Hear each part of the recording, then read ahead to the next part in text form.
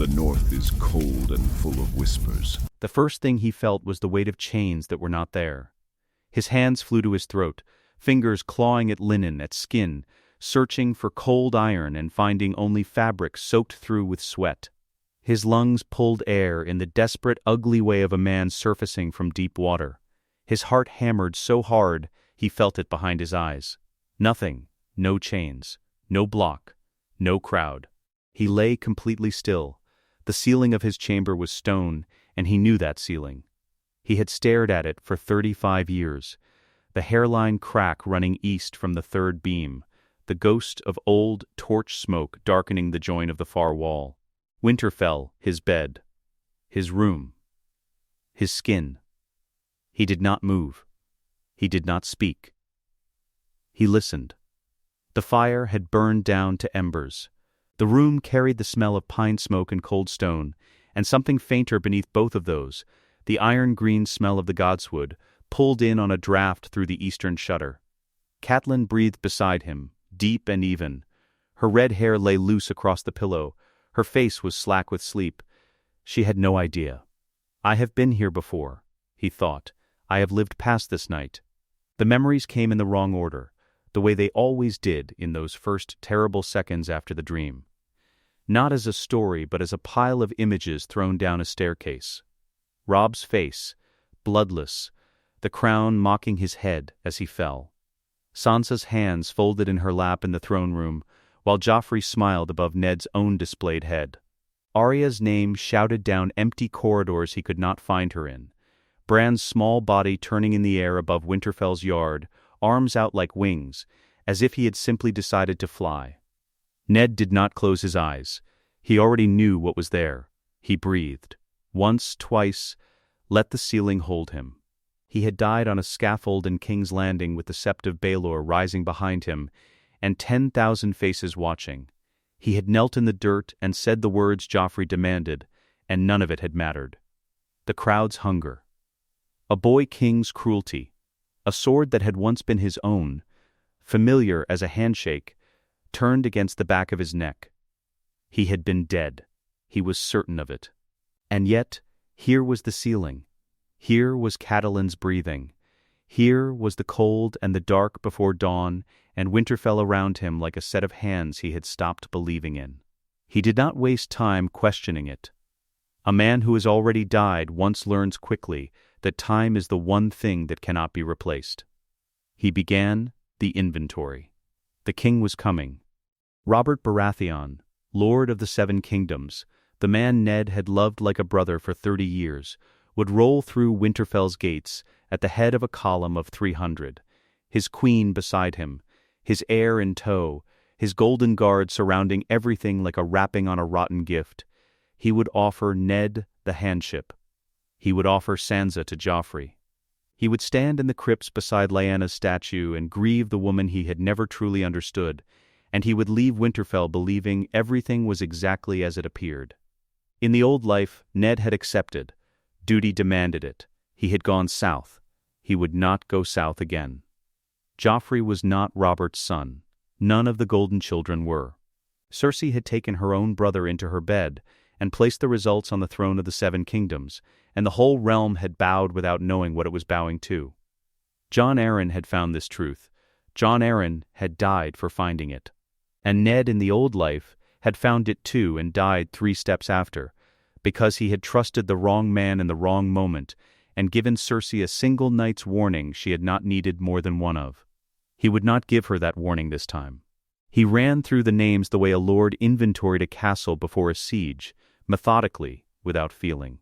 Littlefinger, who wore friendship like a cloak he could remove without breaking stride. The Lysa letter, which would arrive by Raven within the next 3 days, and which Catelyn must never read. The dagger with the dragonbone hilt, which Littlefinger would eventually use as a weapon against Tyrion, and which had been aimed at Bran's throat while the boy lay unconscious. The first keep, where Jaime Lannister would go, because Bran climbed and Bran would see, and Jaime would do what men like Jaime did when there was something to protect, and no honor left to constrain them. Bran, he turned his head on the pillow. 7 years old, dropping through the air above Winterfell's yard because the Kingslayer had looked at him through a window and made a calculation. Waking broken, living the rest of his life in the cage of his own body, moving through visions and the slow, terrible patience of a boy who had been forced to stop being a boy far too early. Ned had told himself, in the long grief of the years that followed, that Bran had survived. That surviving was enough, that some other purpose had been waiting for the boy in the dark. He understood now that this was the story a man told himself when he could not change anything. He could change this. The other name arrived last, the way it always did, the name he turned away from even in the privacy of his own skull, because looking directly at it was like looking directly at a fire. Jon, his nephew, Lyanna's son. The child he had carried out of a tower in Dorne with a dead woman's blood drying on his hands and a promise settling over him like a second skin he had never asked to wear. The boy he had raised as his bastard, knowing what it cost, knowing what the whispers said, knowing what it did to Catelyn every time she looked at the child's gray eyes and saw evidence of a betrayal that had never happened. Jon was a dragon wrapped in wolf's fur, and Robert, if he ever learned it without Ned controlling the moment of learning, would put him in the ground beside the father Robert had already killed. He looked at Catelyn for a long time. Her face in sleep was softer than it ever was in waking. The careful composure she wore through every daylit hour set aside entirely, and underneath it she was just a woman from the Riverlands who had married a man she barely knew and found, over years, that she loved him. She was brave. She was capable. She was also, when she had incomplete information and a full heart, capable of acts that unraveled very precisely constructed things. She could not have the Lysa letter. She could not know about Jon. Not yet. Not until the ground was solid enough beneath them to absorb it without cracking. She would have to trust him in the dark, and she would not like it, and he would have to let her not like it. That was the price of the thing, and he would pay it. He looked at her face for one more breath, let it settle into him. Then he rose. He dressed without lighting a candle. He knew this room the way he knew his own hands, every latch and corner memorized by 35 years of living inside them. He pulled a cloak over his shoulders and walked to the door and through it, and out into the corridor, where the cold hit him like a verdict. The godswood was empty. It was always empty before dawn. He walked the path between the heart trees without needing to see them, his feet finding the route they had found 1,000 times before. The roots were slick with frost. His breath came out in clouds and disappeared. The carved face of the weirwood tree looked at him the way it always looked, patient, red-eyed, saying nothing and everything at the same time. He knelt. He did not ask for guidance. He had guidance. He had 17 years of terrible knowledge, and a body that had come back from the dead in time to use it. He asked for courage instead. And then he asked for something he had never in his life asked for before. The strength to be something colder than Eddard Stark of Winterfell was built to be. He was going to have to lie. He was going to have to manipulate. He was going to have to move people like pieces on a Sivas board and tell himself it was love. Because it was love, but it did not feel like love. The red sap ran down the weirwood's face in the dark. He understood, kneeling there, that the vision the gods had given him had not ended with his own death. It had run forward past the scaffold, past the years, past the fire that consumed the sept of Baelor and the wildfire hidden in caches throughout the city's bones, beneath the Red Keep, beneath Flea Bottom, beneath a dozen other places Aerys had seeded before Jaime's blade found him. The vision had run all the way north, past the wall, past the living and the dead, until it reached the end of everything. That was why he had been woken. Not just to save himself, to save all of it. He took that as his answer. He returned to his solar. He lit a single candle. He sat at his writing table, dipped the quill, and thought for one moment about all the things he needed to say and all the ways he could not say them.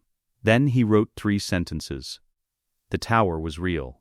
The promise was real. Come to Winterfell before the king. He sealed it with plain wax, no sigil. Addressed it to Howland Reed at Greywater Watch. Howland would know. He had been there. Ned set that letter aside and reached for a fresh sheet of parchment. He breathed once. Then he began to write the second. The raven arrived before the maester. Ned was already in the tower when the bird came in from the east, gray-winged and tired, settling on the perch with the particular exhaustion of something that had flown without stopping. He had been there since first light, waiting, because he knew what was coming, and the most important thing about a trap is that you reach it before the person you are trying to catch. He untied the scroll himself. The handwriting was Lysa Tully's, his wife's sister, widowed now, writing from the eyrie with all the frantic breathlessness of a woman who had been frightened for a long time and had finally found an excuse to say so. They killed Jon. They will kill us all. Do not trust the Lannisters. Do not come to King's Landing. Fly, Catelyn, fly with your children. He read it twice. Not because it surprised him, because he wanted to be certain he remembered it word for word. Then he held it over the flame of the tower candle and watched it burn. He watched until the last corner had gone black and the ash had fallen apart in his fingers, and then he brushed his hands clean on the stone ledge and went downstairs. Maester Luwin was at the base of the steps, just arrived, slightly out of breath.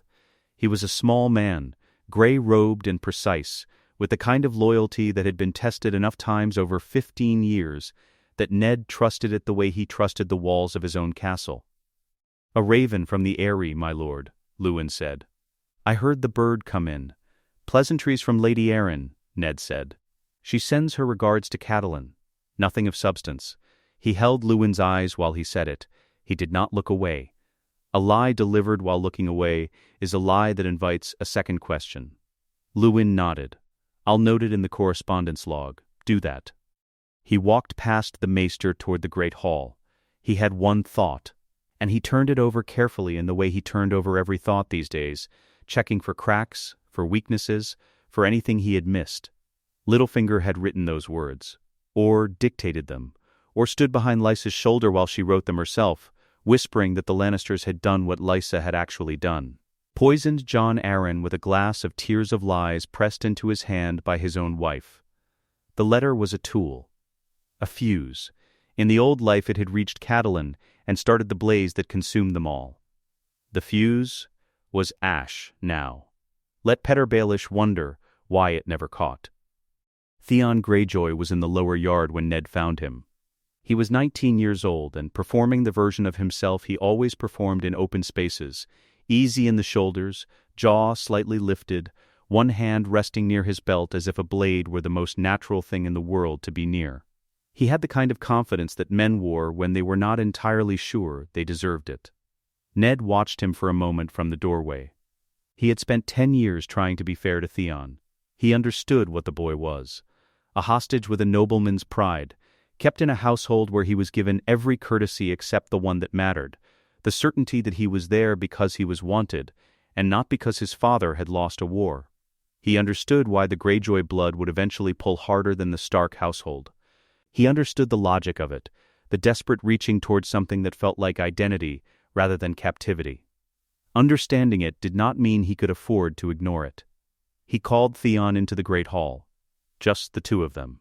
He gestured to the seat across from him and waited until Theon had settled, that particular settling of someone who was trying to look relaxed and had not quite managed it. "I want to ask you something," Ned said. "And I want the truth of it, not the answer you think I'm looking for."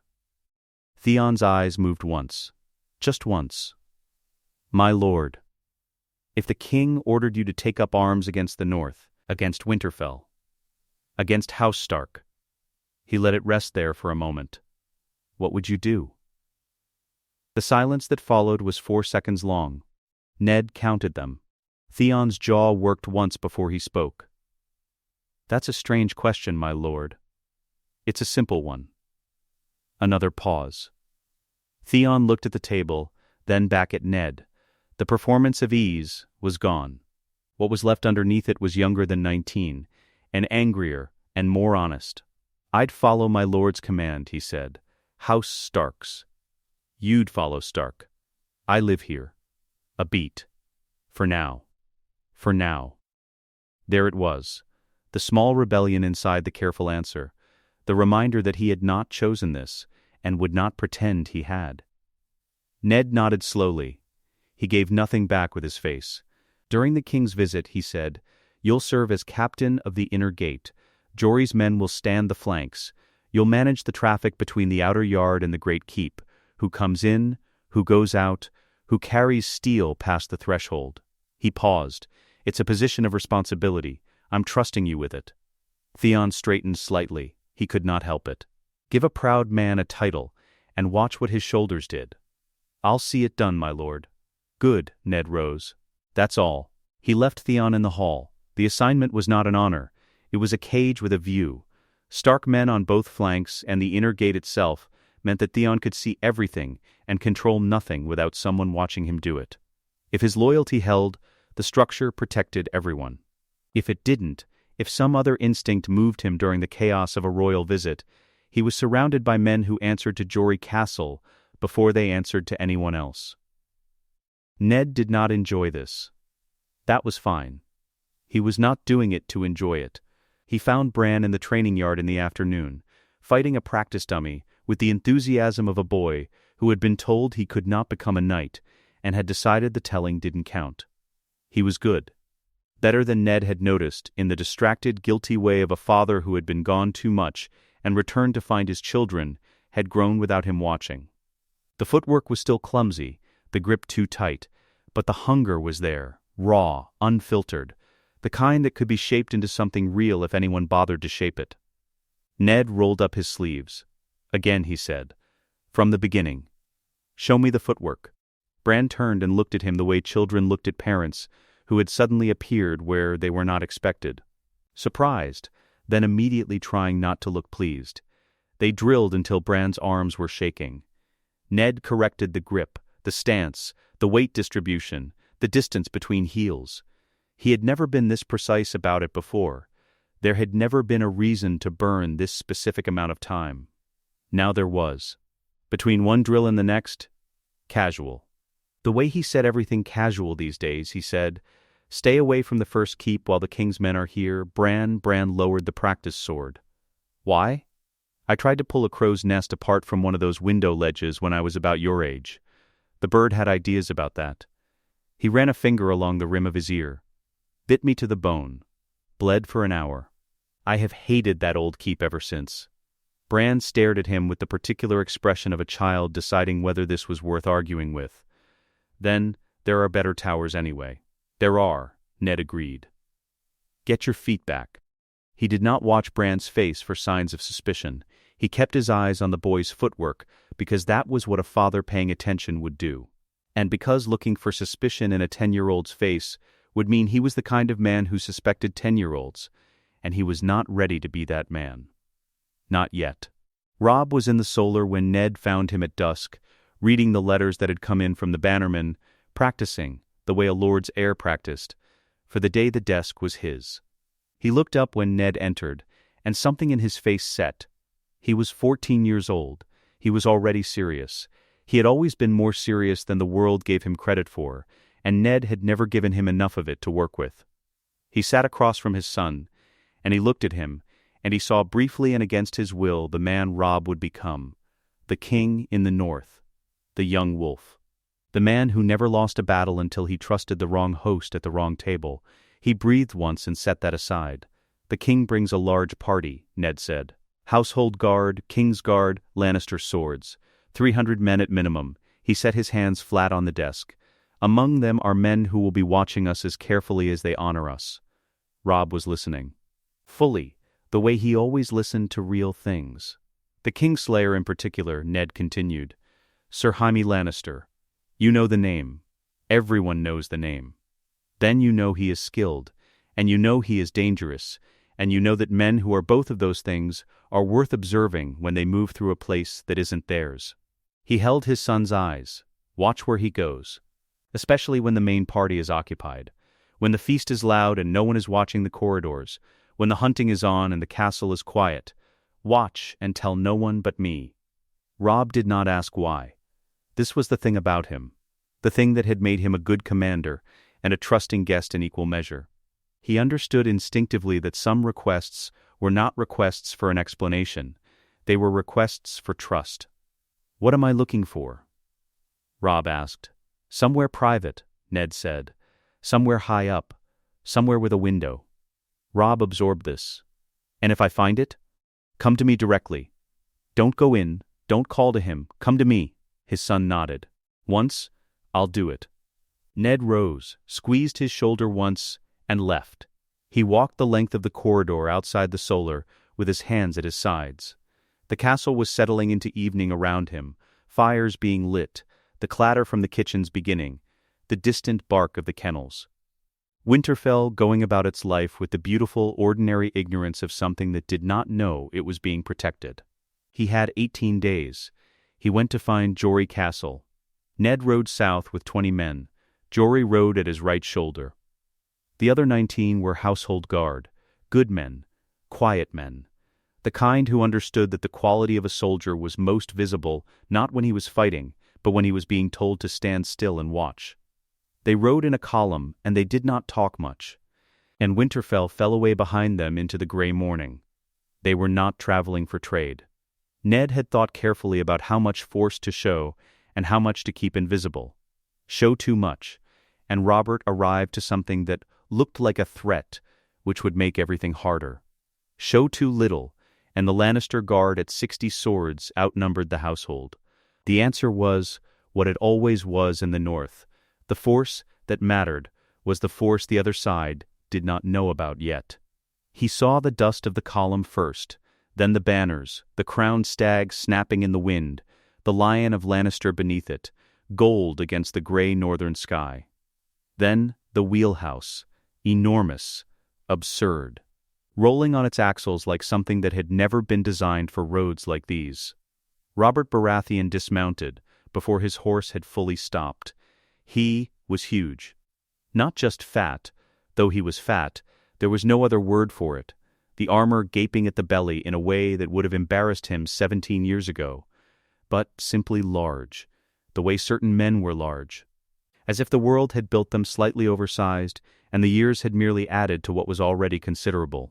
His face was red from the cold or the wine or both. His beard was unkempt. He walked toward Ned with the rolling gait of a man who had spent too long on horseback and not long enough on anything resembling restraint. He pulled Ned into his arms and held him there. And the thing Ned had not been prepared for, in all his preparation, was that it was genuine. Robert's love for Ned Stark was one of the true things in a life that had very few of them left. He could feel it in the grip, in the way the man's hand hit the back of his shoulder like a hammer made of affection. It was real. It had always been real.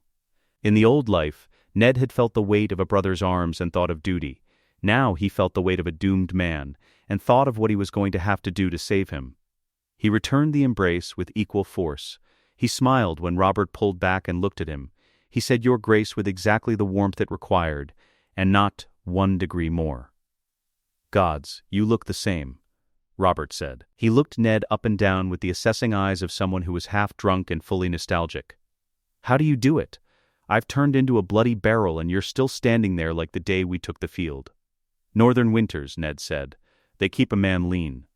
Robert laughed. It came out of him the way everything came out of him, too large for the container. "Come south and you'll rot like the rest of us. That's a promise." He slapped Ned's shoulder again and turned to gesture at the column. "Now, feed us. I've been looking at nothing but road for 3 weeks, and I want a fire and something that wasn't cooked in a wagon." Cersei Lannister descended from the wheelhouse the way a woman descended when she understood that every descent was a performance. She wore deep green that matched her eyes. Her golden hair was immaculate in a way that suggested it had not moved for hours, which was a kind of achievement Ned had no interest in examining too closely. She looked at Winterfell's walls as the column moved through the gates with an expression of perfect, gracious appreciation that meant absolutely nothing. Ned greeted her with a bow that was exactly as deep as courtesy required. "Your Grace, Winterfell is honored. Lord Stark." Her smile was a studied thing. "Your home is charming, very northern." "We have found it sufficient," Ned said pleasantly. He watched her eyes. This was what most people missed about Cersei Lannister. They saw the beauty, which was real, and the arrogance, which was equally real. And they stopped there. They did not see the assessment happening constantly beneath both of those surfaces. She was reading the yard, reading the number of Stark men at the gate, reading Ned's face for information he was not giving her. She found nothing. He had made sure of that. Jaime Lannister came last from the column, on horseback, the white cloak of the King's Guard bright against the gray stone of the yard. He was still, at 31, the most physically striking man Ned had ever seen in armor. There was something almost insulting about how easily he sat the horse, how little effort any of it seemed to require.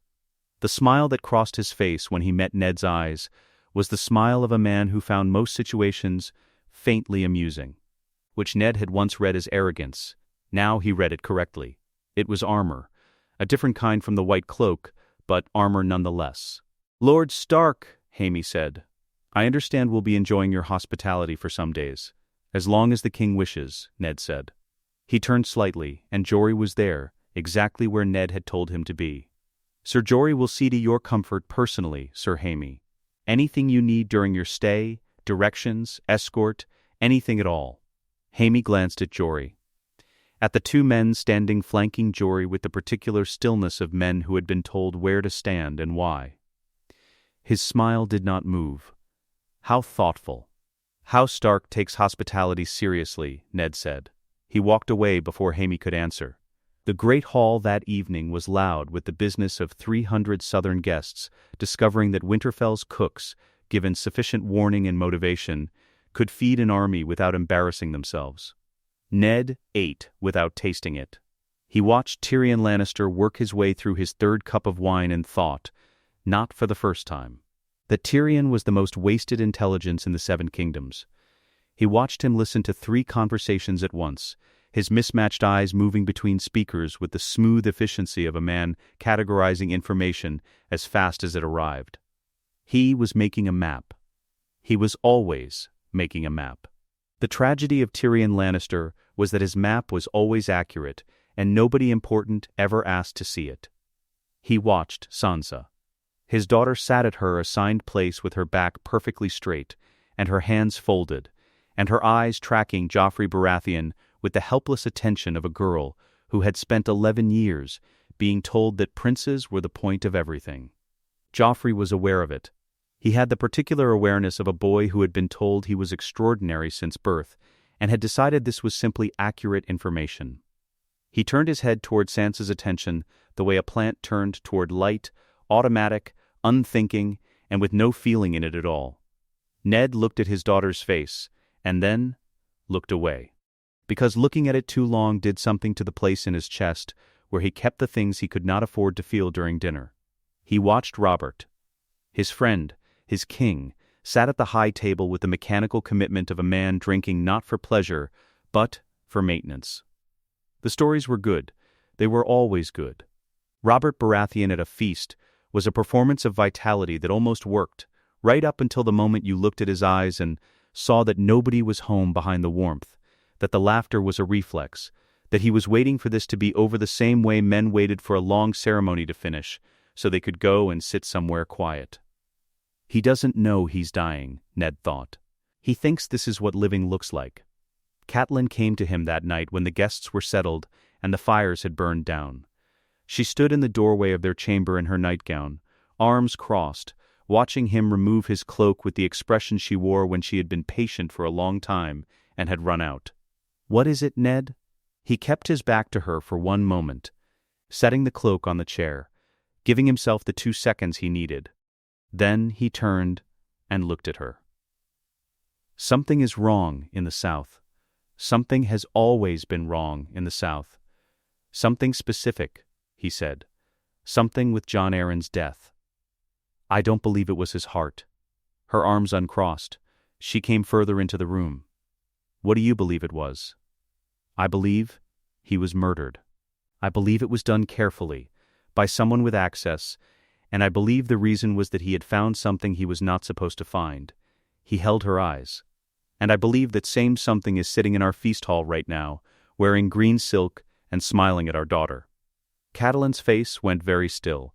The Tully blood in her ran toward action when she was frightened, and he could see her pulling against that instinct now, holding herself to the question.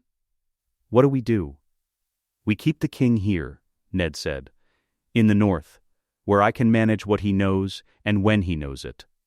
He crossed the room and took her hands, and he held them, and he told her with his eyes every true thing he was not allowed to say with his mouth.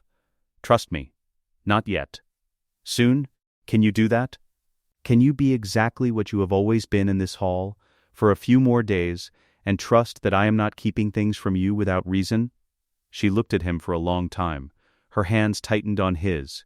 "You are keeping things from me without reason. I'm keeping things from you with reason," he said. "That's different." The corner of her mouth moved. It was not quite a smile. It was the expression of a woman who found her husband infuriating and had decided, for the moment, to let that be enough. "A few days, Ned. A few days," he agreed. He held her hands until her breathing slowed. Outside the window, Winterfell was dark and cold and full of men who did not know exactly what they were positioned for yet. In 15 days, they would know. He asked Robert in the morning, while the hunting party was still being assembled, and the yard was loud with dogs and the particular shouting of men who wanted to be somewhere else. Not formally. There was no formal way to do it that didn't feel like a summons, and a summons would make Robert's back go up before they reached the stairs. He found him at the stables, half watching a groom saddle his horse with the glazed attention of a man who had drunk through the previous night, and was only now beginning to locate himself in the following day. "Come to the crypts with me," Ned said, "before they ride out. I want to visit Lyanna." Robert turned. The hunting party noise fell away from his face. Something older replaced it, a rawness that appeared in Robert Baratheon's eyes whenever Lyanna's name arrived. The expression of a man who had never learned to carry a wound and had simply carried it unclosed for 17 years. "Just us," Ned said. "Just us," Robert agreed. The descent into the crypts was always the same. The air changed before the stairs did. Cold and close and older than the castle above it, stone that had been stone since before Robert's grandfather was born. Torches lined the passage at intervals long enough that the dark between them was real. The sound from the yard above became nothing by the third landing, and then it was only their footsteps and the faint movement of air from somewhere deeper. Ned had arranged the castle so that no one was within earshot of the entrance, not even Jory. This was the one conversation in the world that required total silence around it, because the only thing more dangerous than the truth was the truth overheard. The kings of winter watched them pass on either side, stone faces and iron swords, the long patience of the dead. Ned had walked this corridor more times than he could count. He had walked it as a boy and as a lord, and as a man running out of time in another life. He knew where each torch sat, and where each shadow fell, and where the footing dipped slightly before Lyanna's section. Her statue was the newest. The stones still held some precision the others had lost, the features identifiable. The line of the jaw something he could still map against his memory. The sculptor had given her a kind of serenity that she had not possessed in life. Lyanna Stark had not been serene. She had been fierce and laughing and stubborn and 16 when she died, which was younger than Sansa was now, and he had never in 17 years fully made peace with that arithmetic. The sculptor had gotten the eyes wrong. They had not been peaceful. They had been afraid. Robert stood before her and said nothing for a long time. Then, gods. Quietly, the word coming out of him not as an exclamation but as a breath. "I still dream about her, Ned, after everything, all the years, all the wine. I still dream about her." Ned stood beside him. He did not fill the silence. "She would have hated me," Robert said. "By now, if she'd lived. Married me and hated me within 3 years, probably. She had that look about her. The look women get when they've decided something isn't good enough for them, and they're only just starting to figure out how to say it." He laughed once, without humor. "I'd have deserved it. You don't know that. I know enough." Robert's hands were at his sides. His right hand opened and closed. Rhaegar stole her. If he hadn't, if things had gone differently, he stopped. The sentence had nowhere to go that didn't hurt. Ned looked at the statue. Robert, he kept his voice level, the way he kept everything level now, the way he had learned to hold things in the days since the vision, carefully, with both hands, like something that would spill if tilted. When Lyanna was dying. In the tower. She told me something. Robert turned. I kept it from you. I kept it for 17 years. He met his eyes, and I was wrong. The silence Robert gave him was the silence of a man who had just been told the ground was different from what he'd always believed. He did not speak. He did not look away. Ned told him. He told it plainly, without softening the shape of it. Rhaegar had not stolen Lyanna. She had gone willingly. They had been married in Dorne, a septon, a ceremony, an annulment of the previous marriage made before witnesses. Lyanna had been his wife. What she carried into the tower in the Red Mountains was not a kidnapping. It was a secret she had chosen, and she had died keeping it, and the child she died bearing was not Ned's bastard at all. He reached into his cloak. He laid the dried roses on the ledge at the foot of her statue. Blue winter roses, 17 years dead, pressed flat and wrapped in cloth since the day he'd carried them north. The crown of roses from Harrenhal, the crown Rhaegar had set on her head, while his own wife sat in the crowd, and every person in that hall understood that something had just changed. Robert looked at them. His jaw worked once. Then Ned produced the letter. Rhaegar's handwriting, thin and precise, the three-headed dragon pressed into the seal. He had found it in Lyanna's hand in the tower. He had carried it north with her body. He had kept it in the crypts because there was nowhere in the living world safe enough to keep it, and the dead kept better secrets than the living. Robert did not take it. He looked at it for a long time. He looked at Lyanna's face, at the sculptor's wrong eyes, at the roses. She went willingly, he said. Not a question. A man placing a stone down somewhere it would stay. Yes, she chose him. Yes, the word that came out of Robert then was not a name.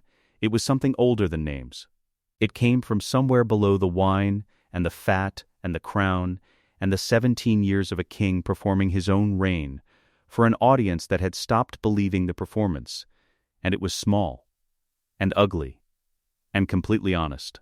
He pressed the heel of his hand against his eyes. Ned waited.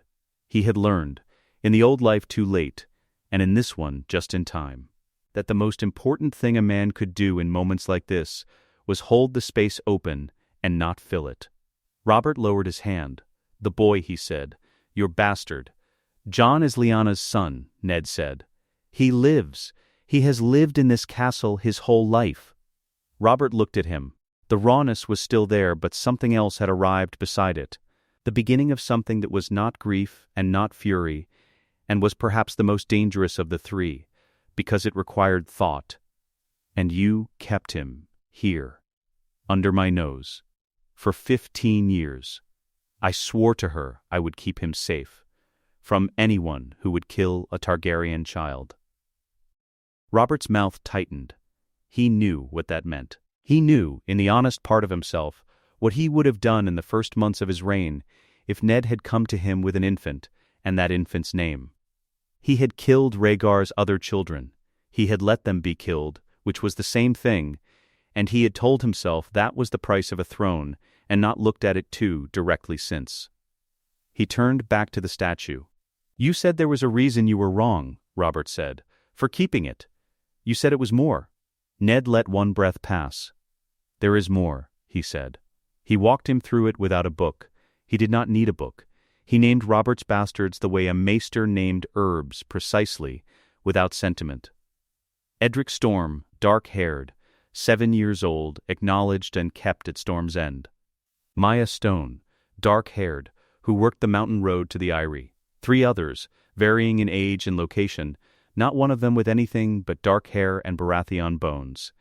He named every Baratheon he could recall in any direction, cousins, uncles, lords of the line going back 6 generations. Black hair. Black hair. Black hair. The Baratheon seed ran true without exception. He let that pattern settle. Then he said, Joffrey.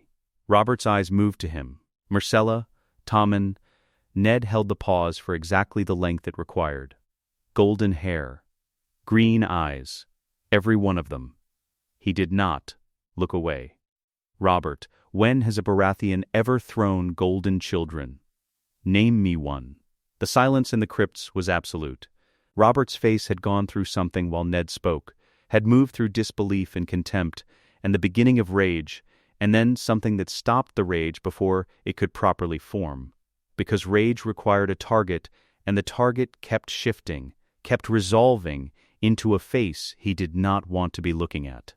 "The woman you loved," Ned said quietly, "died in a tower in Dorne, keeping a secret that would save a child.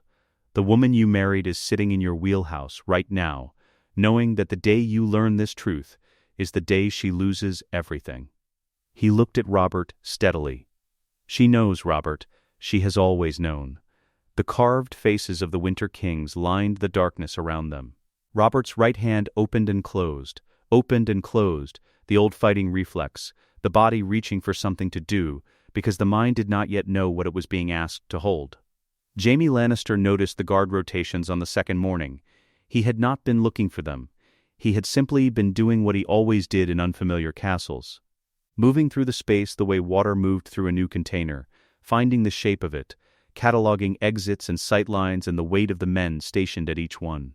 It was not paranoia. It was professionalism. He had been the most dangerous swordsman in the Seven Kingdoms for long enough that the habit of assessing rooms had become as automatic as breathing. The numbers were wrong for a royal visit. Not dramatically wrong. Nothing that would announce itself to someone who wasn't looking. But Jaime was always looking, and what he saw was too many Stark men in too many specific positions, not spread thin across the castle the way a household guard spread during a feast, but concentrated. Layered, stationed in pairs at junctions rather than singly at gates, which was the difference between watching traffic and controlling it. Ned Stark was not just hosting the king, he was managing something. On the third morning he had tried to find Cersei alone, and the corridor outside her chambers had contained a pair of Stark guards, who had no particular reason to be there and every reason to remain. They had been perfectly courteous. They had also not moved. He told himself this was coincidence, a Lord Paramount being careful during a royal visit. Standard precaution for a man who took hospitality seriously. He almost believed it. On the fourth morning he saw the Stark boy, Bran, the youngest who could walk, 10 years old and made almost entirely of curiosity, standing in the yard with his head tilted back, looking at the first keep with the specific attention of a child who had decided something was worth investigating. Not excited. Not restless.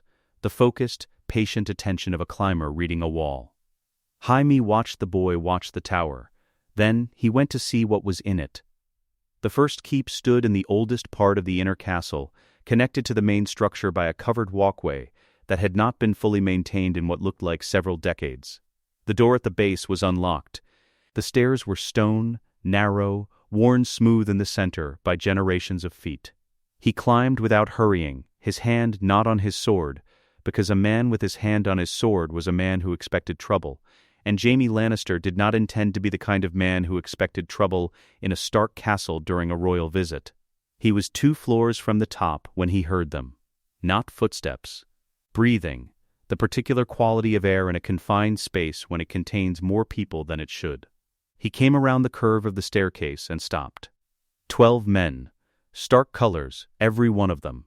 Not in a battle line, not with weapons drawn, simply present in the way that a wall was present, filling the available space with the implication that moving forward was not a practical option. They stood in the loose, easy posture of men who had been told where to be and why, and who were not nervous about either answer. Jory Castle stood at the front. He was a compact man, dark-haired, with a face that carried the particular quality of someone who had learned to deliver difficult things pleasantly. He smiled at Jaime the way a man smiled at a dinner guest who had wandered into the kitchen, warm, unbothered, and entirely immovable. "Sir Jaime." The smile did not shift. "Lord Stark thought you might be exploring. He asked me to escort you to the Great Hall. There's a matter of the king's comfort he'd like to discuss with you personally." Jaime looked at the 12 men. He looked at Jory. He looked at the space above the men, where the staircase continued toward whatever room sat at the top of this ancient keep, and he made the arithmetic without appearing to make it. 12 men was not a number he could move through gracefully. 12 men was a statement. "Of course," he said pleasantly. "Lead the way." Jory fell into step beside him as they descended. At the base of the stairs, one of Jory's men appeared at Jaime's left shoulder, not threateningly, just there. Another appeared on his right. They walked. "House Stark has a custom during royal visits," Jory said conversationally, as they crossed the yard toward the great keep. "The king's personal guard requests that visiting swords wear only courtesy blades within the inner walls, for everyone's safety and comfort. I should have mentioned it sooner." He glanced at Jaime's hip. "If Sir Jaime would allow me to hold his sword until he reaches the hall, we'd be grateful." Jaime looked at him. "King's Landing must have the same tradition," Jory added. The tone was perfectly light. It was the tone of a man presenting an obvious truth. King's Landing had no such tradition. They both knew it. Jaime unbuckled his sword belt. He held it out without hurrying, without making it a concession, as if he had been planning to do this anyway. "Of course," he said. "House custom." Ned was waiting in the great hall with Jory's 2 senior men flanking the door and no one else present. He stood near the long table rather than sitting at the head of it. A choice that said this is a conversation rather than you are being summoned. He was in his standard northern wool, no ceremonial clothing, nothing that announced the gravity of the moment. He looked at Jaime the way he looked at everything, level, patient, like a man who had already decided what he thought and was waiting for the evidence to arrange itself accordingly. "Sir Jaime," he said, "I appreciate your time. Lord Stark." Jaime took the measure of the room in the 3 seconds it took him to cross to the table. 2 guards at the door, Jory at his shoulder, Ned in front of him. No exits that weren't managed. Not a trap, a frame. "I understand there's a matter of the king's comfort. There are children in this castle," Ned said. The sentence was completely calm. It had no threat in it. It was simply a statement of fact offered to a man who was being trusted to understand its relevance. "The eldest of them climbs. He has been climbing since he could walk, and I have put guards on the first keep and every other abandoned part of the castle during the visit to ensure he doesn't injure himself while the household is occupied with guests." He paused. "Your presence in the first keep this morning concerned them." "I was walking," Jaime said. "Of course you were." Ned looked at him with those gray eyes that gave nothing back. "I wanted you to know that for the remainder of your stay, I'll ensure you have a full escort whenever you wish to explore the castle. Sir Jory will see to it personally. For the king's safety and your own comfort." The word comfortable in Ned Stark's voice had the quality of a door being closed from the outside. Jaime held the man's gaze. He thought about 6 things simultaneously and showed none of them on his face. "Lord Stark is very thorough." "I try to be," Ned said. "That's all, Sir Jaime. Enjoy the evening." He turned back to the table as if the conversation had simply concluded. The way a man turned back to work when a minor thing had been resolved to his satisfaction. Jaime walked to the door. Jory fell into step beside him. Behind him, the door to the great hall remained open. Cersei was watching from the corridor. She had positioned herself at the junction where the corridor bent toward the guest quarters, far enough to be plausibly passing. Close enough that she had seen Jaime emerge from the hall with Jory at his elbow and the Stark colors at the door. She had seen the angle of Jaime's shoulders. She was his twin. She had been reading his body since before she had words for what she was reading.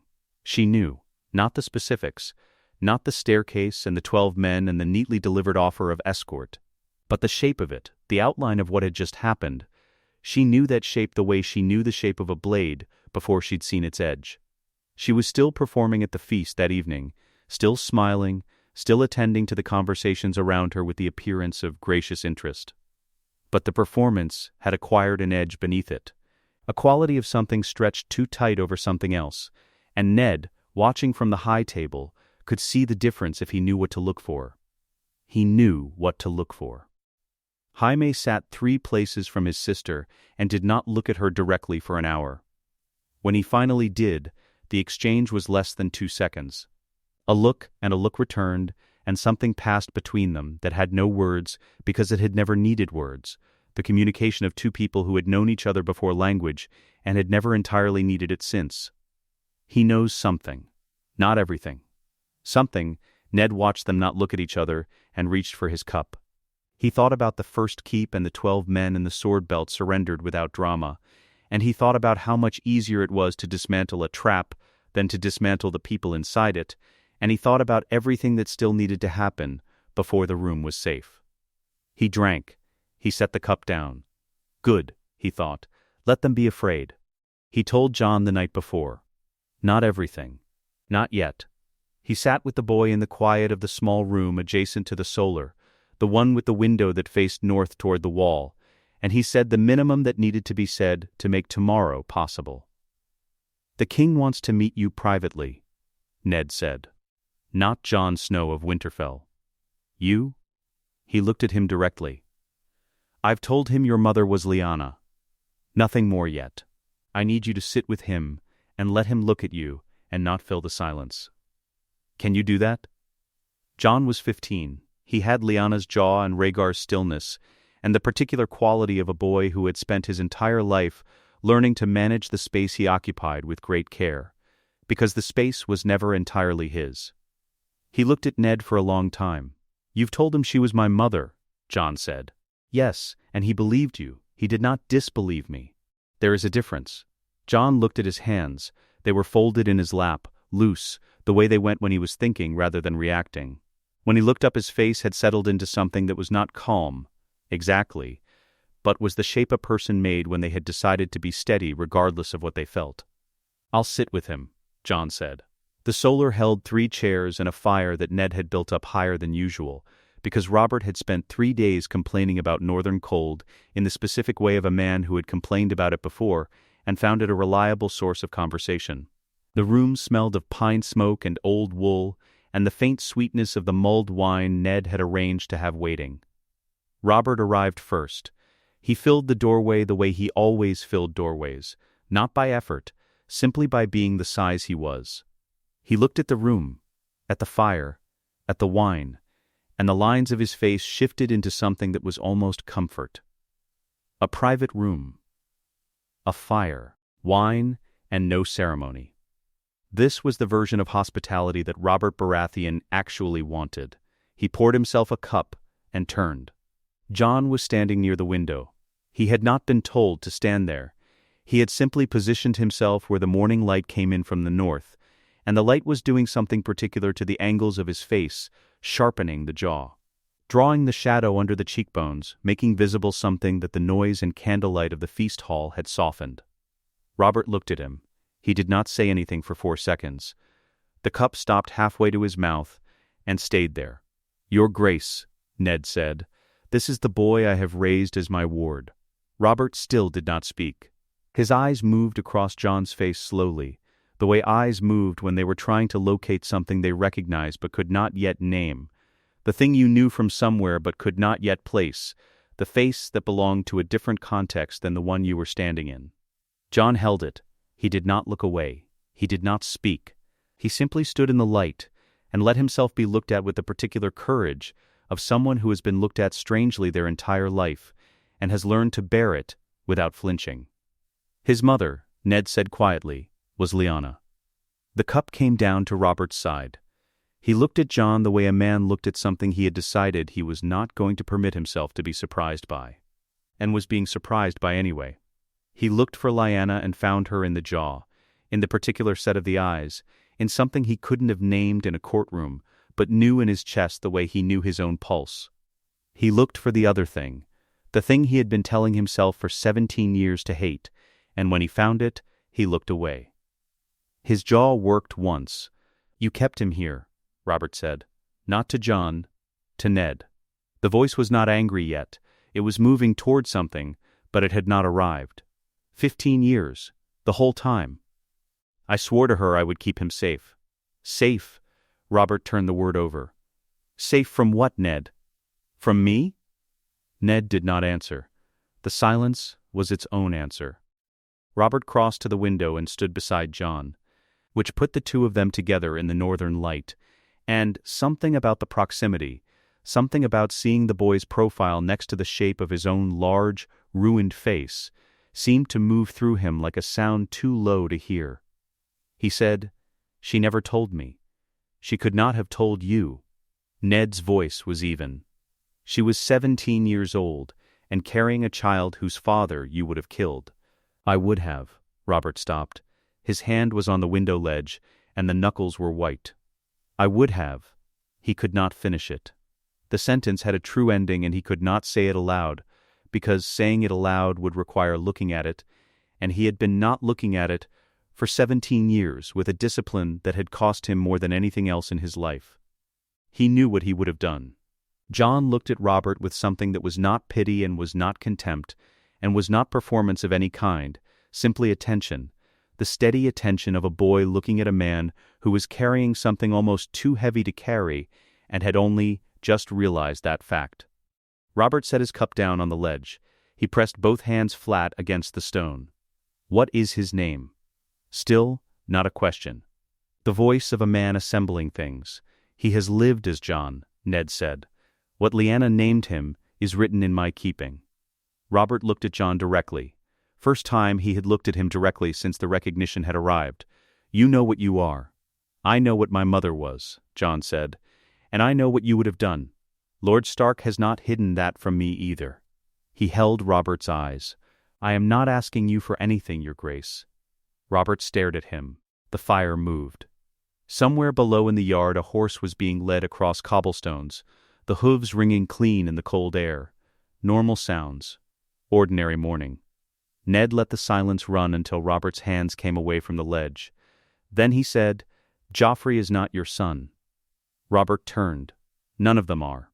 He said it the way he had said everything in this room, quietly, without weapon in the tone, as if the words were simply true, and the truth did not require volume to do its work. The throne you've been defending, the succession you've been building. It passes to no child of yours. It passes to no Baratheon blood at all. He paused. Except him. The air in the room changed, not suddenly. The way pressure changed before weather arrived, a slow, accumulating shift in everything. Robert's face moved through things that Ned named silently and did not comment on. The first was the instinct toward rage, which was always Robert's first instinct when he could not locate another option. The second was something beneath the rage, which was the old grief arriving from a different direction than usual, finding a new route in because the old one had just been blocked by a 15-year-old boy standing in northern light.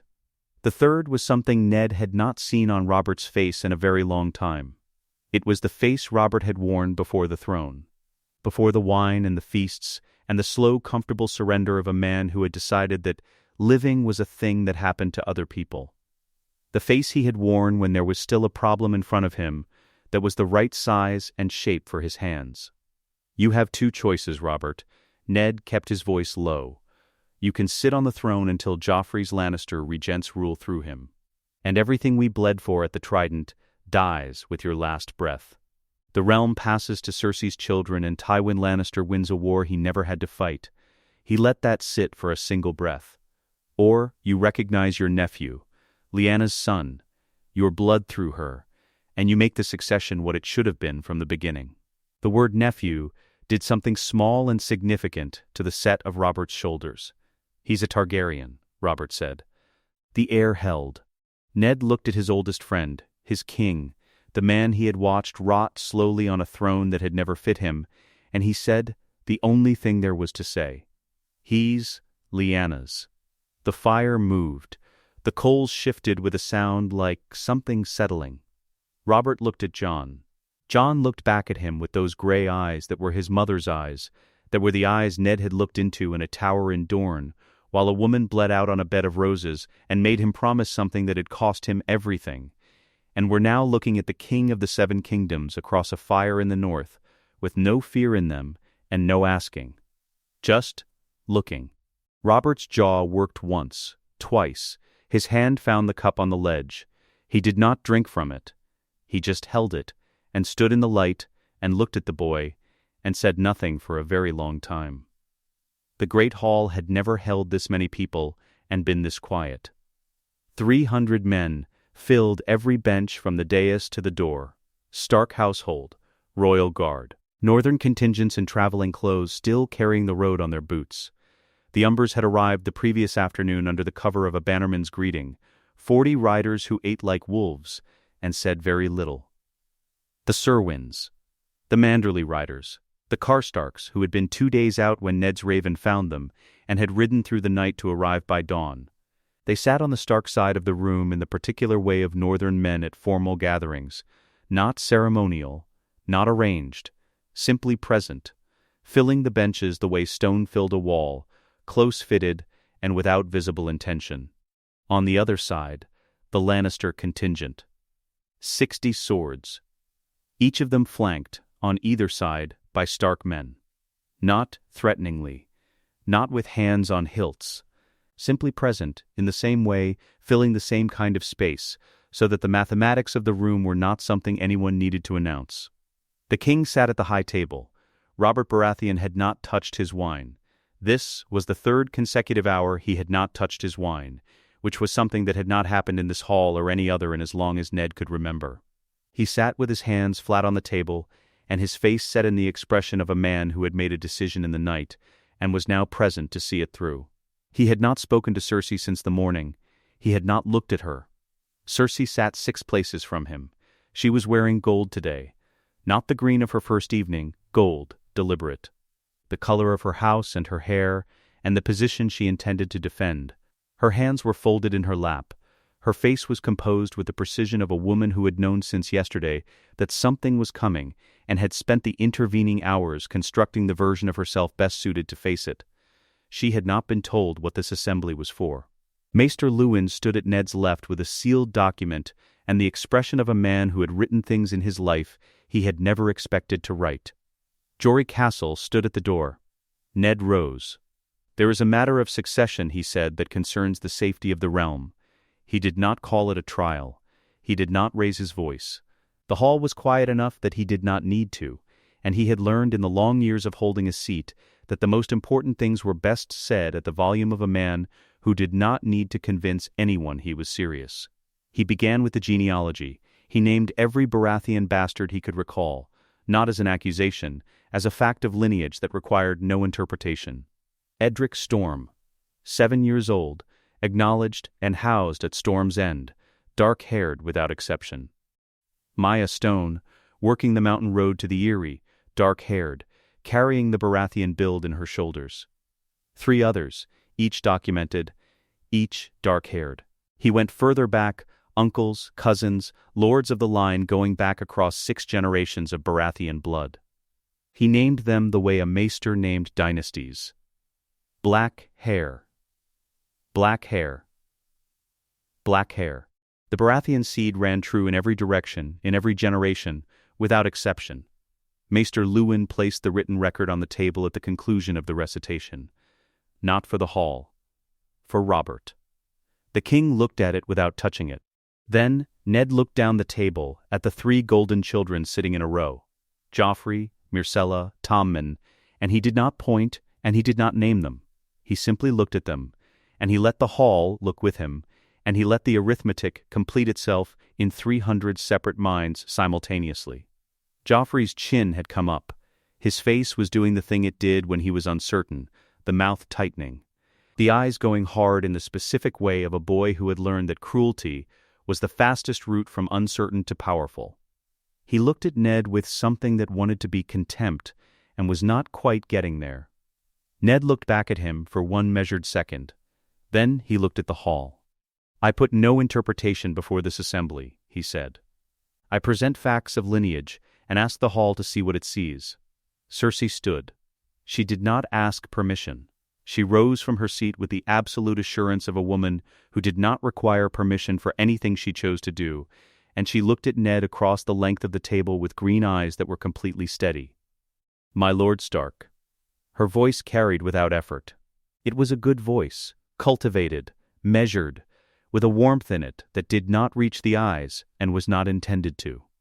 "I wonder who has given you the authority to call an assembly in the hall of a castle that belongs to you, to present genealogical arguments before the king's household, and to imply," she let the word stand alone for a breath, "what you are implying." Nobody in the room moved. "I am the Queen of the 7 Kingdoms," she said. "My children are the children of Robert Baratheon, first of his name, Lord of the 7 Kingdoms, and I will not sit in a northern hall and allow a lord paramount to cast questions over their birth, because he has arranged some bannermen on benches and found himself feeling confident. She looked around the room with an expression that managed to be both gracious and contemptuous simultaneously, the way only she had ever managed. "My lord, this is a feast hall, not a court. You have no jurisdiction over matters of succession. The king speaks for the succession, not you." It was a good defense. It was the correct defense. Technically, legally.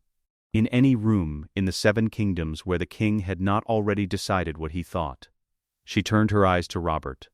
"Your Grace, I believe you wish to speak." Robert stood. He was very large, standing up. The hall absorbed this the way halls absorbed large men, adjusting, recalibrating. He looked at Cersei for long enough that the looking was its own statement. Then he said, "Who is Joffrey's father?" Silence. It lasted 4 full seconds. It was the kind of silence that was not empty, but full, packed with 300 people breathing and not moving, and the fire in the hearth, and the wind off the yard finding the high windows. Cersei's face did not change. This was remarkable, and everyone in the room noticed it. And the fact that her face did not change in response to her husband asking that specific question in that specific room told the room everything the genealogy had already told it, confirmed it in the way that only a non-answer could confirm. She said, "I will not be questioned by, who is Joffrey's father?" Not louder, harder, the difference between a man raising his voice and a man setting it in stone. Cersei looked at Robert. Something passed through her face too quickly to name and disappeared. The silence answered for her. The great Jon Umber stood at the back of the hall. He was enormous in the way that the Umbers were enormous, as if the North had grown him specifically for work that required size. With a beard that had not been managed in some time and hands that looked capable of tasks that most tools were invented to avoid. He had been sitting with his arms crossed for the entirety of the presentation, and he had not spoken, and the combination of his size and his silence had given him a gravitational presence in the back of the room that several of the royal guardsmen had been quietly aware of for the past 20 minutes. He did not speak in legal language. Ned had not asked him to, and would not have. The Great Jon's value was precisely that he was constitutionally incapable of legal language. "Lord Stark," he said, and his voice filled the hall from back to front the way a sound filled a cave, "has shown us what our eyes told us before he opened his mouth." He looked at the royal children. He looked at Cersei. He looked at Robert. "I have ridden 3 days to be in this hall, and I will tell the king what the North tells him. House Lannister has put a cuckoo in the nest. They have put 3 of them, called them Baratheon, and waited for the stag to die." He sat down. The weight of what he had said settled over the room and did not leave. No one from the Lannister tables spoke. The 60 Lannister swords looked at the benches around them and performed the calculations silently, and arrived at the same answer without discussion. Robert issued the order without raising his voice. "Take them into custody," he said. "Both of them." He did not say arrest. He said custody, which was a legal word that meant the same thing in a softer register, and which gave everyone in the room a face-saving frame to operate within. Protective custody. Pending the resolution of the succession question, the phrasing of a king who was controlling the situation rather than reacting to it, which was a distinction Robert Baratheon had rarely managed in his reign, and managed now because Ned had spent 6 days making sure the ground beneath him was solid enough to stand on. Stark men moved toward Cersei. She did not struggle. She drew herself up to her full height and looked at the men approaching her with the expression of a woman storing every detail for later use, cataloging faces and names and the specific sequence of events with the methodical fury of someone who intended to survive this and had decided to begin planning immediately. She walked between the Stark men without being guided. Her chin was level. Her eyes were moving. Jaime came to his feet the moment the men moved for Cersei. His hand went to his hip, to where his sword was not, because Jory Castle had been holding it since the staircase of the first keep, and the absence of it registered on his face in the specific way of a man who has just reached for something essential and found nothing. He stood for 1 second in the posture of a man deciding whether to act without a weapon. He looked at the room. At the numbers. At Jory in the doorway, at the Stark men on the flanks, at the Greyjohn sitting in the back like a piece of weather. He sat down. Slowly, without being asked. The 60 Lannister swords looked at each other and at the room and arrived, one by one, at the same answer. The sound of 60 men deciding not to draw steel was not a sound, exactly. It was an absence of sound, which was louder. Tommen was crying quietly in the corner, too young to understand what was happening, and old enough to know it was not good. Myrcella had her arm around him. Joffrey's face was the color of something that had been white and then received news. Ned stood at the high table and watched the room settle into what it had become. He thought about a scaffold in King's Landing and a sword that had once been his own. He thought about his children's faces. He picked up his cup and drank.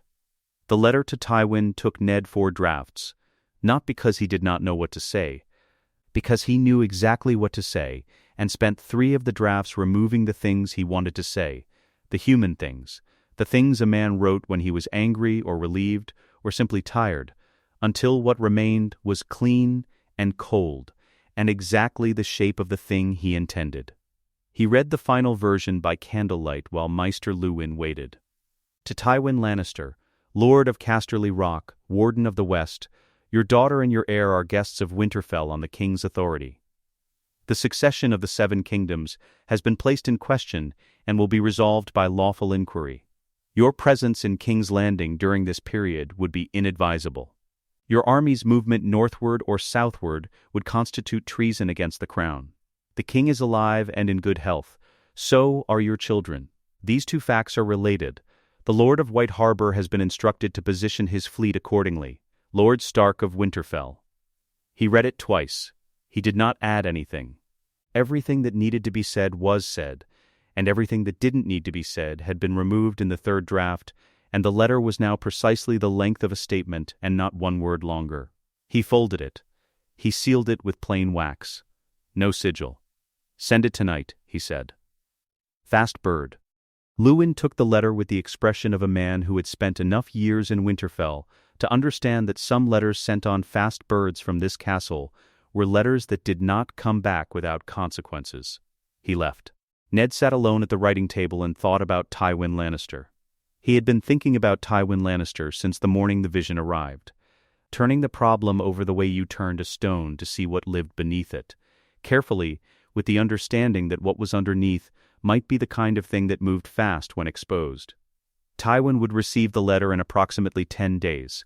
He would read it once. He would not read it twice, because Tywin Lannister did not read things twice.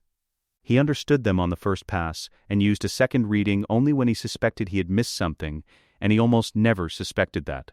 Then he would be still. Very still. The particular stillness of a man whose mind was moving too fast for his body to follow. Then he would work through his options. Ned worked through them with him. The first option was to march.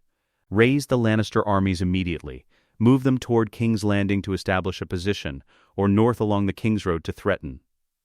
This was what Tywin's blood demanded, and what his mind would discard within 4 minutes. Marching toward King's Landing without the king's authority was treason by definition. Marching north was treason pointed directly at the problem, which was the same as a written confession, and marching toward anything before understanding the full picture was precisely the kind of mistake Tywin Lannister had spent his entire life watching lesser men make. The first option would be discarded. The second option was to negotiate. Send a raven back, carefully worded, neither confirming nor denying, probing for terms. What did Ned want? What was the price of Cersei and Jaime's return? What would it cost to make this quieter? This was the option Tywin's intelligence preferred. Ned had already decided how to handle a raven from Casterly Rock. The answer was to not respond to it for 4 days. Let the silence work.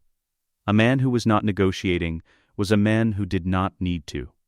And a man who did not need to negotiate held the stronger position. Tywin needed to believe that for as long as possible. The third option was Kevan.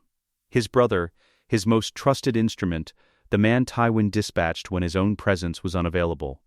Kevan would come north, under the framing of familial concern, a brother traveling to check on the welfare of his niece and nephew.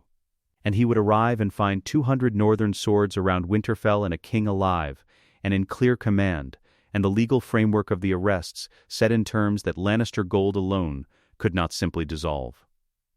Let Kevan come.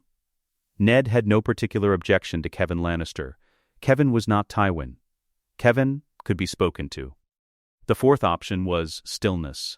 Hold position, gather information, move nothing until the picture was complete. Ned leaned back.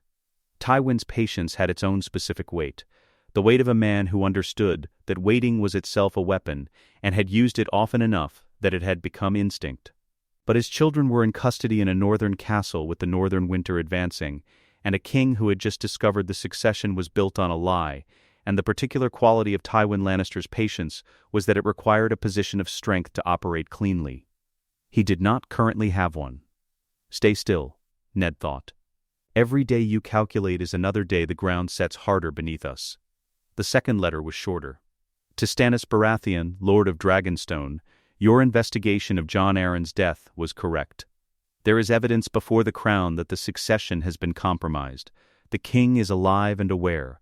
Lawful proceedings are underway. Your position as rightful heir, should it come to that, is secured under northern protection. Do not move your fleet. Do not come north. Wait for a raven from the king himself. Lord Stark of Winterfell. He sealed it and set it beside the first. Stannis would receive this and feel two things simultaneously: the vindication of years spent being told he was wrong to suspect, and the contained fury of being told to wait by a man who was not his king. Stannis's fury was the cold and rigid kind that expressed itself through compliance rather than explosion, because Stannis Baratheon believed in law the way other men believed in gods, and the law was currently arranged on Ned's side of the room. He would wait. He would hate every moment of it. But he would wait. He thought briefly of the wildfire. Aerys's gift to the city he had decided to burn rather than surrender, caches placed throughout King's Landing by his pyromancers, beneath the Red Keep, beneath the slums of Flea Bottom, beneath the Sept of Baelor, beneath a dozen other points throughout the city's bones. Jaime had known. Jaime had carried that knowledge alone for 17 years, wearing the name Kingslayer like a brand, while the truth rotted inside him.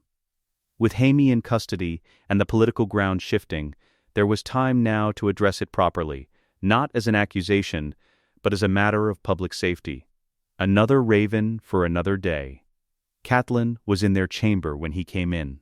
She was sitting beside the fire, not reading, not sewing, simply present in the particular stillness of a woman who had been waiting for several hours and had decided to do it quietly rather than come looking. She looked at him when he closed the door, read his face with the efficiency of 15 years of marriage. "Sit down," he said. "Ned, please," he said. "Sit." He pulled a chair across from her and sat, leaning forward with his elbows on his knees, and he looked at his wife, who had loved him as well as any woman loved a man, and had been owed the truth for 15 years and had not received it. He told her about Jon. He told it simply, without softening the shape of it, Rhaegar and Lyanna, the secret marriage in Dorne, the tower, the bed of blood, the promise made to a woman who had been dead before the words finished leaving her lips. He told her the boy's true name. He told her that the child she had looked at across the dinner table for 15 years, with a guilt she had never fully named, was Lyanna Stark's son and not evidence of her husband's betrayal. He did not tell her what to do with it. He simply told her, and held the space and waited. She was very still for a long time. "He doesn't know," she said. "Not a question, not the full truth, not yet." She looked at the fire. He watched her face move through things he could not name precisely because they were hers, specific to the particular texture of 15 years of a wound she had never asked to carry, and had carried anyway without being given any of the information that might have made it lighter. "Does he look like her?" she asked. "He has her jaw," Ned said. "And something in the eyes." Another silence. The wood shifted in the grate with a low sound. "I was unkind to him," she said. Flat, without excuse or softening language. Catelyn Tully faced the things she did not like about herself the way she faced everything, directly, without the comfort of a story that made it easier. You didn't know. I should have been kinder regardless. She looked at him. Her eyes were dry. You should have told me. Yes, he said. You should have trusted me. Yes, he did not qualify it. He did not explain why he hadn't, because the reasons were real, but they were not good enough, and she deserved better than reasons. I kept it because I was afraid of what Robert would do if it reached the wrong ears. I kept it past the point where the keeping was justified. I am sorry, Catelyn. I have been sorry since the morning I rode through these gates with him in my arms. She was quiet for a long time. The fire burned low. What happens to him now? She said. When Robert makes his decree. When the succession is settled. What becomes of Jon? That depends on what Jon wants, Ned said. The claim is his. Whether he presses it is his choice. He's 15 years old. He's Lyanna's son. Something moved through her face. Not quite a smile. Not quite grief. The expression of a woman who had known the North long enough to understand what that sentence meant. Then he'll press it, she said quietly, whether he means to or not. Ned looked at his wife across the fire. Outside, Winterfell was dark. The torches in the yard burned low. Somewhere in the guest quarters, Cersei Lannister was awake in the careful, furious way of a woman who had not yet decided what to do next and was not going to sleep until she had. Littlefinger was still in King's Landing. Ned had not forgotten Littlefinger. He had simply set him aside until the ground was stable enough to hold the next problem. That time was almost here. Robert had not been properly sober in years. Ned had not arranged this deliberately. He had simply ensured, through a quiet word to the cellarer, that the finest Dornish red was unavailable for 3 days due to a storage problem involving a broken rack and a flooded shelf, and that the Arbor gold had been largely consumed at the feast, and that the remaining wine in the hall was northern, honest, thin, the kind that worked slowly and without ambition. Robert had drunk it the way he drank everything and found, on the 7th morning, that something in his head was clearer than it had been in a long time. He did not comment on this. He sat in the council chamber with both hands on the table, and his face set in the expression of a man who found clarity slightly uncomfortable, but was beginning to remember why it had once been useful. Ned sat across from him. Maester Luwin, at the end of the table, with a quill and fresh parchment. The children, Robert said. Joffrey, Myrcella, Tommen, Ned said. They are not your blood, and cannot inherit. But they are children. They did not choose their parents. He let that sit for a moment. They should be provided for, housed, educated, given reasonable futures. The faith can oversee the settlements. Neutral ground. Robert's jaw worked. Myrcella and Tommen had nothing to do with it. No, they didn't. Joffrey, he said the name the way he said it now, flat, with a quality that was not anger exactly but was the residue of anger after it had been sitting somewhere cold for a day. He would have been king. He would have been Cersei's instrument, Ned said. Which is a different thing. Robert was quiet. He looked at the table. Then, fine. The faith takes oversight. They go to a mother house in the Reach, far enough from King's Landing that they're not magnets for every discontented lord with a claim to push. They carry the Lannister name, not the Baratheon. He looked at Ned. And the succession. The succession is formally in question, Ned said. It needs to be placed before the small council. Not resolved here, resolved there, with the legal weight of the full council behind it. What is decided in a northern hall is a northern matter. What is decided by the Crown's council is law. You want me to take it south? I want you to make it official, yes, but Robert, he held the king's eyes. Not with me beside you. Robert frowned. I came here for a hand. I know why you came. Ned kept his voice even, and I am telling you, as your oldest friend, that my place is here. In the north. What I've built in the last 6 days I built, because I was here to build it, because the ground was mine and I knew every stone of it. He paused. Send me south, and you lose the only man in the 7 kingdoms who has no interest in the throne. Managing the problem from the position most suited to managing it. Robert looked at him for a long time. Lord Protector of the Northern Marches, Ned said. Warden of the realm's interests in the north. Give it whatever name you choose, but give me the legal authority to act, here, with the northern lords as my instrument, and I will be more useful to you than any hand in King's Landing." Robert picked up his cup, set it down without drinking, a new habit, barely 3 days old, already becoming something. "You want a title that keeps you in Winterfell. I want a title that lets me do the work from where the work can be done." A long pause. Robert pressed his hands flat on the table. "Fine, Lewin, write it down. Lord Protector of the Northern Marches. Full authority to act in the Crown's name on matters of northern security, succession protection, and realm's defense." He looked at Ned. "Satisfied?" "Grateful," Ned said. They sent for Jon an hour later. Not with ceremony. Not with a formal summons delivered by a guard in Stark colors. Simply a household boy sent to find Jon Snow and tell him Lord Stark wanted a word.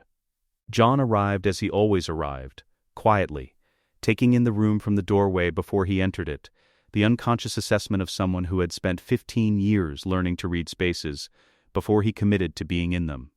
He saw Ned. He saw Robert. He saw the northern lords arranged along the wall, Great John Umber, Lord Serwyn, 3 others, and his face absorbed all of it, and gave nothing back. He crossed to the table and stood. "Sit," Ned said. Jon sat. His hands went to his thighs and stayed there. Ned looked at him. He had been practicing this moment for 6 days, and it turned out there was no practice for it. There was only the moment and the words and the boy sitting in front of him with Lyanna's jaw and eyes that had learned patience from being given no other choice. "Your name is Aegon Targaryen," Ned said. "Your mother was my sister Lyanna. Your father was Prince Rhaegar Targaryen, Crown Prince of the 7 Kingdoms. They were married in secret in Dorne, lawfully, before witnesses. You are legitimate. You are the heir to a claim that I intend to keep very quiet until the ground is solid enough beneath it to hold the weight." He paused. "Do you understand what I am telling you?" Jon was still for 4 seconds. His face moved through something that was not a performance of any kind. Not shock performed for the room, not dignity performed for the king, not grief performed for Ned. It was simply a face in the process of receiving information so large that the ordinary expressions did not fit it, and so his face was briefly just a face. A boy's face, 15 years old, without the composure that had been trained into it. Then, it came back. The stillness, the patience. He looked at Ned with something that was not a question, because it could not yet be narrowed down to a single question. "You raised me knowing this," Jon said. Quiet, not an accusation. The voice of a person placing something in its correct position. "Yes, to protect me." "Yes." Another silence. Jon looked at the table for a moment. Then he looked at Robert. Robert was looking back at him the way he had looked at him in the solar, that specific attention of a man finding something in a face he had not expected to find, and not yet knowing what to do with the finding. His hands were on the table. He was very still. "You ride?" Robert said. Jon looked at him. "Yes, Your Grace." "Well?" "Lord Stark says well enough." A pause. "Lord Stark is generous." Something moved through Robert's face. Not a smile, the shape that lived next to a smile in a man who had not had occasion to use one sincerely for a long time. "We'll ride tomorrow," Robert said. "You and I. Before the court is up. Before anyone wants anything from either of us." He looked at Ned. "If Lord Stark can spare him." "Lord Stark can spare him," Ned said. Jon looked between them. He had the look of someone who had been told the shape of his entire life was different from what he had believed, and who was now being told to go riding in the morning, and who was not entirely sure what to do with either piece of information, but was prepared to absorb both if given enough time. "Yes, Your Grace," he said. The lords filed out after Jon was dismissed. Robert moved to the window. Ned waited until the door had been closed for long enough that he was certain the corridor beyond it had emptied. Then he said, "Robert, the incest, the succession, these were the immediate problems." He rose from his chair and came to stand beside the king at the window. "They are solved, or solving. But they were not the reason the old gods woke me." Robert turned his head. "What I am about to tell you," Ned said, "sounds like a story men tell to frighten children. I know this. I am asking you to hear it as something else." He looked out at the yard, at the northern sky beginning to gray toward the early dark. The Night's Watch has been sending ravens south for 2 years. Reports of things seen beyond the wall, in the haunted forest, past the fist of the first men. Dead things that do not stay dead. Men who fall in the cold and rise again, with blue eyes and no memory of what they were. He paused. The ravens go to King's Landing, and they are filed and forgotten, because the Night's Watch sends ravens about wildlings, and the realm has stopped listening. Robert's face was very still. "The White Walkers are not extinct," Ned said. "They are not a legend.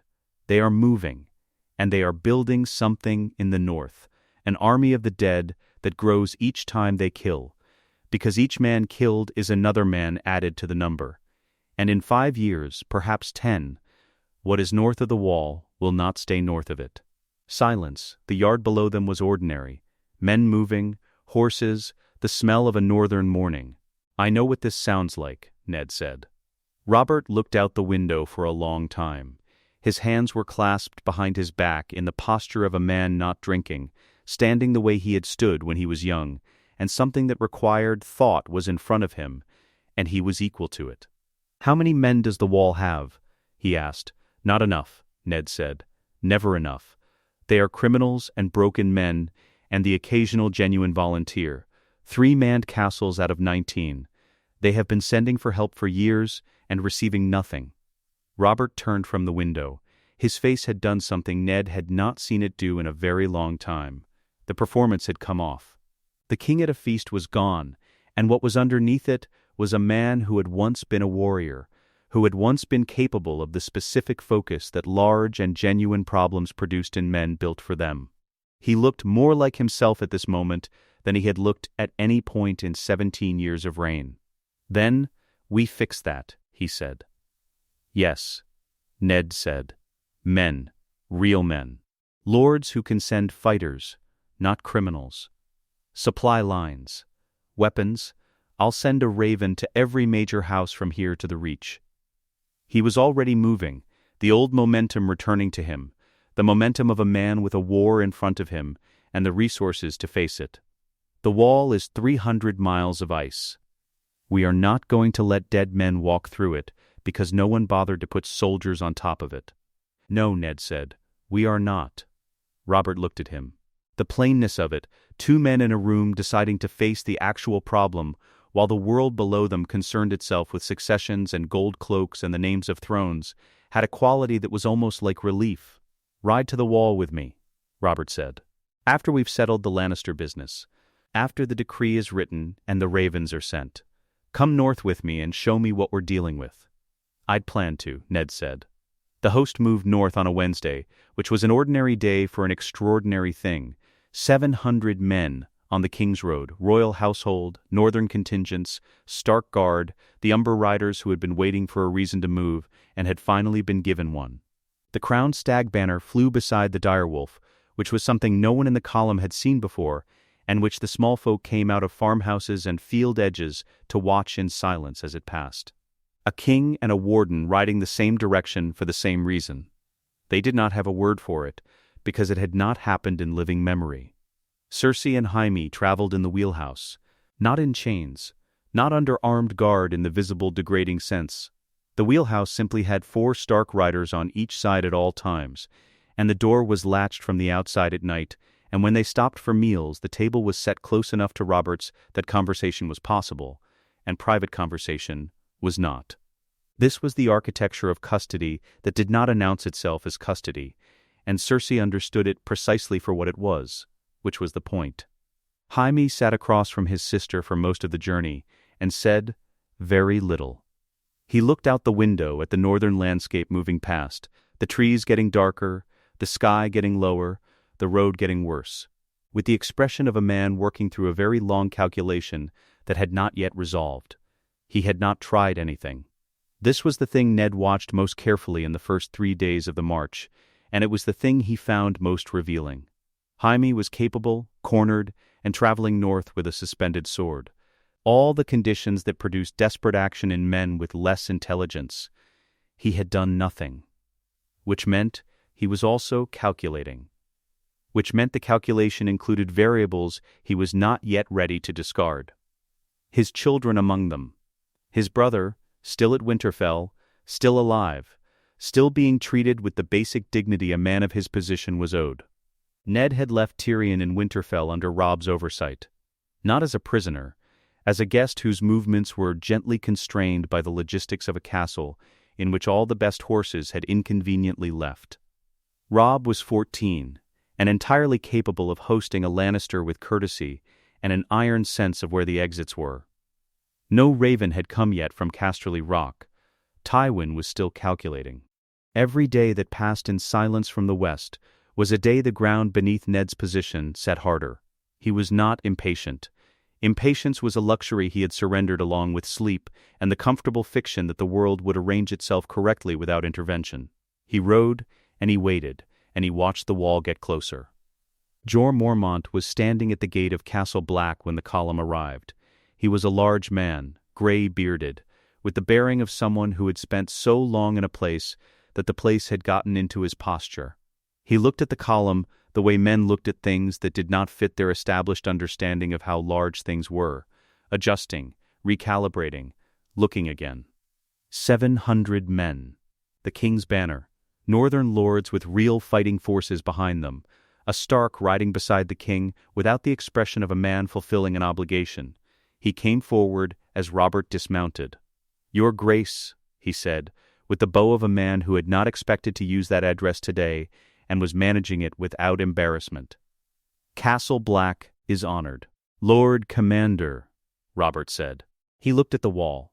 It rose behind Castle Black the way nothing else rose in the world, not with the drama of a mountain, which gave you the approach, the gradual accumulation of height, the time to prepare yourself for the scale of it. The wall simply was.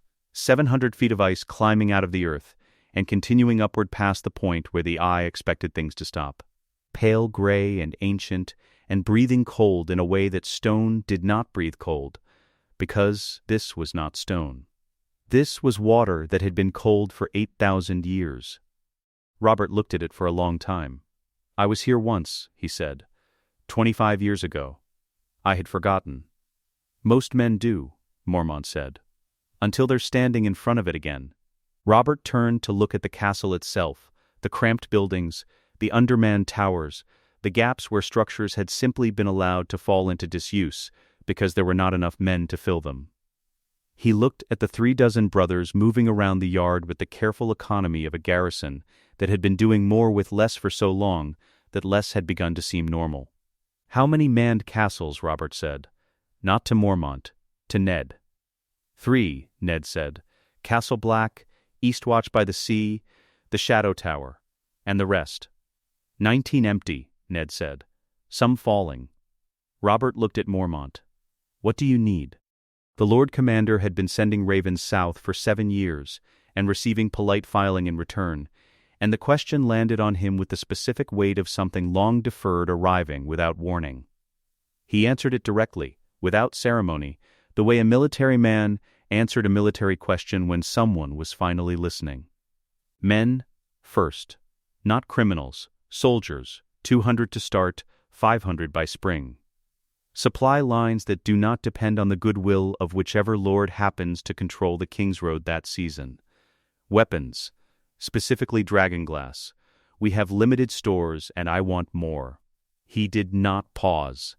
"And I want the lords of the realm to stop treating the Watch as a place they send men they want rid of. We are not a dumping ground. We are the only thing between the realm and what is north of us." Robert looked at him for 3 full seconds. "Write it all down," Robert said. "Everything. Numbers, costs, timelines. I want it in Lewin's hands before we ride south." He looked at Ned. "Every lord from here to the Reach sends men. Not levies. Not the broken and the criminal. Fighting men with experience." He turned back to Mormont. "Consider it done." Mormont looked at him the way men looked at things they had stopped believing in and had just been given reason to believe in again. He bowed. He went to find a quill. Robert stood at the gate of Castle Black and looked at the wall for a long time after the Lord Commander had gone. They climbed in the afternoon. The winch cage could hold 6 men comfortably and carried 3. Ned, Jon, Benjen, who had ridden north from Winterfell 2 days ahead of the main column and had been waiting at Castle Black with the particular patience of a man who had been waiting a long time for something he could not name.